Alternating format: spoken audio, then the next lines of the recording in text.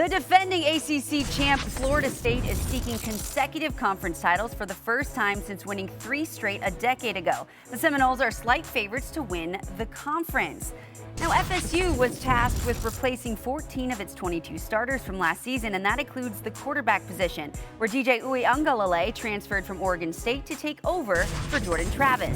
The All-State playoff predictor says the Noles have the 11th best chance to make the 12-team playoff. Last year, they missed out on the 4-team field following an undefeated regular season. And we've got head coach Mike Norvell. Season, it's been a great offseason for our program, from starting back there in January, going through the winter program, spring practice, the summer workouts, and then reporting tomorrow. Just so excited about this team, excited about the young men that I get to coach. This is our program has won 23 games over the last 2 years. We have 77 players that were a part of last year's team that are back for this next season. So we've got a lot of experience and guys that have contributed to helping elevate the program to where it is. And now all of our focus goes into the task at hand. And our objective this year is just to go get better. Coming off what was a 13-0 regular season and championship game. It was something that was really a special experience for our entire program. But it sets the stage and opportunity for us to continue to push and continue to elevate this program to ultimately where it deserves to be, and that's among the nation's elite. When you look across the course of college football, I've got a great group of young men that are here with me today. 3 guys that have been within the program.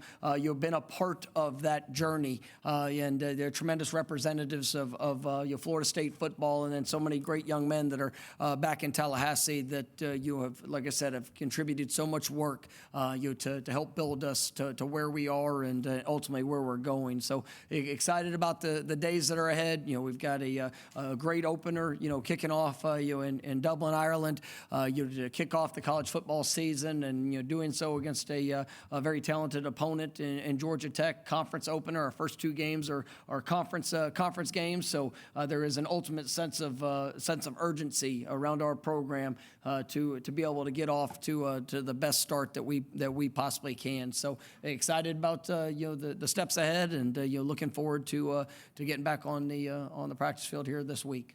Coach, we have microphones in the room. If you would, please raise your hand, as 15 of them seem to have just shot up into the air. We'll get the microphones to you as quick as we can. To your right, Coach, second row. We'll start with the 2 gentlemen wearing the teal shirts. Hey, Coach Mike. Chris Heidel from Purposeful Radio in Baltimore. Talk about the defense. Last year was such a great defense, flying around with Jared Versa, and also who's the next person, next man up on the defense? Well, really excited about, a couple of guys that we have here today. Pat Payton, who's been an all-conference performer, your former rookie of the year in the ACC. I would say was an all-conference performer this past season. He was really expecting him to take another step in his game. Josh Farmer was an all-ACC performer there on the defensive front. We've got a great supporting cast with those guys in the forcing unit. You look at all 3 phases of our defense.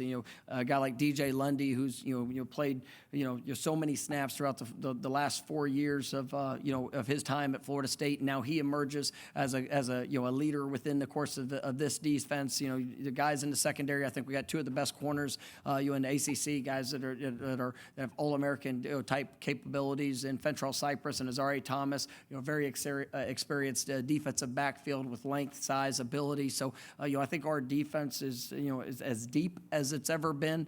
We've been able to have some guys that have really grown throughout their time here, but then you also coupling that with some newcomers that have come in, whether Marvin Jones Jr., Sione, Cam Riley that's joined in, and Earl Little, different guys that have been able to come in and complement the guys that are around that. You're really fired up about what that group can be. Coach, keep it right there to the right. We're fired up to see what that team could be as well. Let's welcome in Sam Acho. Sam, what was the biggest thing that stood out from Norvell's comments? The biggest thing that stood out from Mike Norvell's comments were his confidence in his team. Florida State lost 10 players to the draft last year. 3 at receiver, running back, quarterback. I mean, the list goes on and on and on. 2 defensive studs in the NFL, yet he's still confident in his team. This, to me, points to a coach that has been building not only in the recruiting pipeline, but also in the transfer portal. He knows what his team is capable of. He thinks some of those transfers, some of the young players that he also talked about, are going to be able to step up big this season. Now, we have lots of changes for this 2024 team. Pete, what more can you tell us about what the identity of this team will be? Well, the identity isn't going to be these flashy, skilled Florida State guys in their nice suits. It's going to be in the trenches, and I believe in Florida State's defensive line more than anything else. You heard Mike Norvell mention Patrick Payton on the edge. He had 14 and a half TFLs last year. He had 10 pass breakups. That's like almost unfathomable for a defensive lineman. And then they've got 2 big hosses in the middle who are high school teammates, Joshua Farmer and Daryl Jackson. Florida State is like a lot of teams. They're trying to emulate the SEC and beat the SEC. You do that in the trenches. And the final piece is Florida State had 9 of 10 guys drafted last year were transfers. The latest transfer who's going to join that list is Marvin Jones Jr.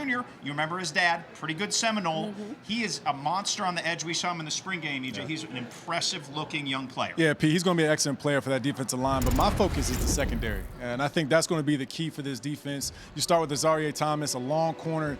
I'm hearing names like Jalen Ramsey around when people mention Azareye'h Thomas, which is high praise. I don't want to put that much pressure on him, but he certainly is a player that can kind of go in that fold of being another first-round pick at DB for FSU. Then also Shaheem Brown, a player that's been there for a long time. So we talk about not just talent, not just size and ability, but also experience. That's going to be huge for this Florida State team in 2024.